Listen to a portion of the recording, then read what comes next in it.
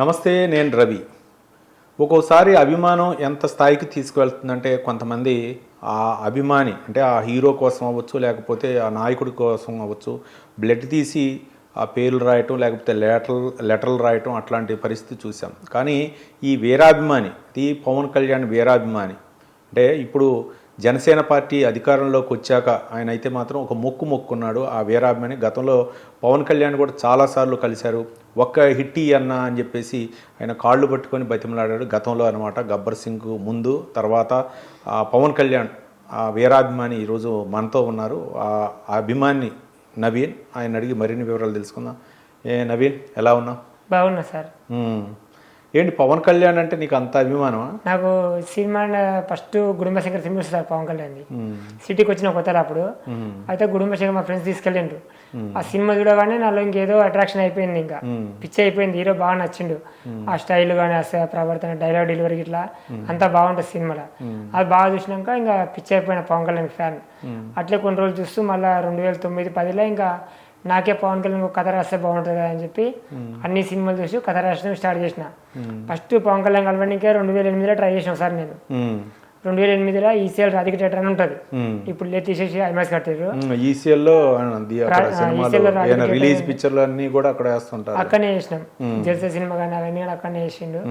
మళ్ళీ శారదా ఉంటుంది, సాయిరామ్ ఉంటుంది, అక్కడనే వస్తుంటే RTC cross road, ECL cross road ఇవన్నీ సినిమాలకి అక్కడ కొంచెం ఫేమస్.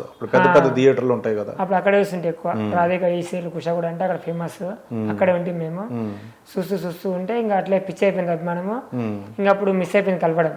అయినా ప్రయత్నిస్తూనే ఉన్నా, ఏదో రోజు కలుస్తాం అని. ఇంకా తర్వాత కొన్ని రోజుల తర్వాత మమ్మల్ని బోడపంటకు వచ్చారు.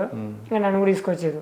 ఇలా పని చేస్తుంటే కొంతమంది అన్నారు, అరే పవన్ కళ్యాణ్ గబ్బర్ సింగ్ షూటింగ్ అవుతుందంటే ఇక్కడ అని అన్నారు.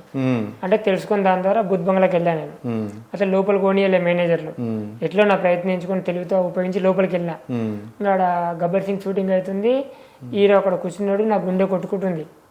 పవన్ కళ్యాణ్ కలుస్తాడా లేదా, కలుస్తా ఎప్పుడు చూడలే. ఒకసారి షూటింగ్ జరుగుతుంది కాబట్టి ఆ షూటింగ్ లో డ్రెస్ లో ఉన్నాడు, పోలీస్ డ్రెస్ లో. పోలీస్ డ్రెస్ మామూలు డ్రెస్ లో ఉన్నాడు.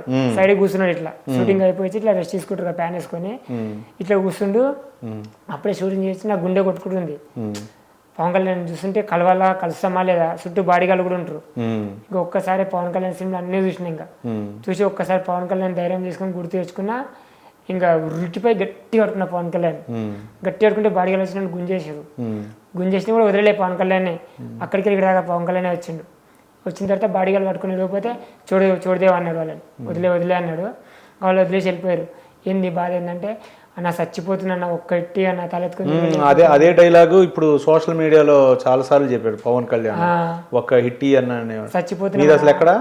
మాది తెలంగాణ మహబూబ్నగర్ జిల్లా సార్. మాది ఊరేమో అప్పంపల్లి గ్రామం అంటారు, చింతకుంట మండలం అప్పంపల్లి అంటారు మాది. కానీ పవన్ కళ్యాణ్ అంటే పిచ్చి నాకు. ఇంకా రాజకీయ పరంగా వస్తుంది మధ్యలో. ఈ మధ్య అంటే పాదయాత్ర చేసావు అది ఇది అని చెప్తున్నా. అప్పుడు 6వ నెల ప్రచారం పోయినా నేను పిఠాపురంలో. ఈసారి ఎలాగైనా పవన్ కళ్యాణ్ గెలిపించుకోవాలని చెప్పి పిఠాపురం వెళ్ళినప్పుడు అమ్మవారికి నిద్ర చేసి పోయినా.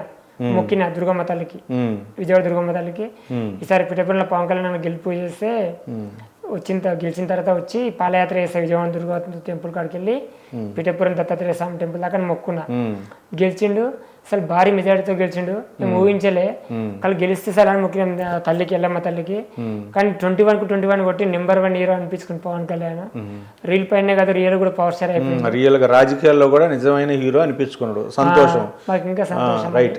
అంటే ఇప్పటి వరకు ఎన్నిసార్లు కలిసి పవన్ కళ్యాణ్? 2 సార్లు కలిసిన. సార్ 2012 గబ్బర్ సింగ్ అప్పుడు, మళ్ళా 2015లో గోపాల ఆడే ఫంక్షన్ చెప్పిన తర్వాత కలిశాను. ఏం బాబా అన్న, సార్ నా గురించి చెప్పిన ఆడే ఫంక్షన్ అంటే గుర్తుపట్టిన అన్నాడు. ఏంది నీ బాధ అంటే, ఇలా కథ ఉంది సార్ నేను చెప్పిన కదా అప్పుడు షూటింగ్లో, ఓ మంచి కథ ఉందంటే ఏంది అన్నాడు.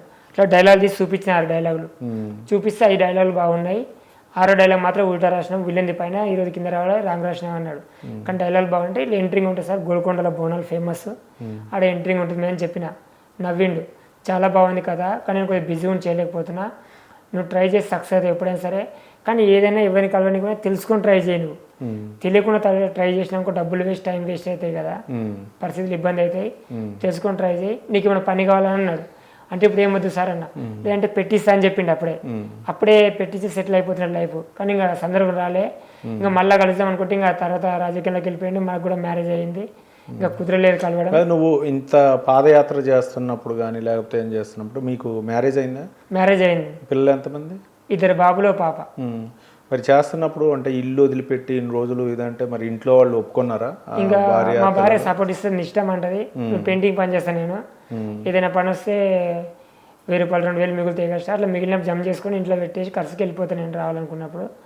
ఇంకా పని లేకపోతే మిస్సీరా ఫోన్ చేస్తే పనులు వస్తాయి, సొంత పనులు అప్పుడప్పుడు. ఇంకా డబ్బు కూడా జమ చేసుకొని అన్న సినిమాలు చూస్తూ ఇంకా అవి చేస్తూ, అన్న బర్త్డే అయిందనుకో గుడికి వెళ్ళి ఒక కొబ్బరికాయ కొట్టుడు అర్చన చెప్పి చూసేస్తుంటా. ఇంకా అంతకు మించి మా స్థాయి లేదు, అభిమానం మనసులో ఉంది. ఇంకా గుడి కొబ్బరికాయ కొట్టి మొక్కుతామని ఆశీర్వదించండి అని. ఇంకా విజయవాడ దుర్గమ్మ తల్లికి కూడా ఇంకా పనిచేసి గెలిచినప్పుడు అనుకున్నా, కానీ డబ్బులు జర ఇబ్బంది ఉండి పిల్లల్ని స్కూల్లో జాయిన్ చేసినాము.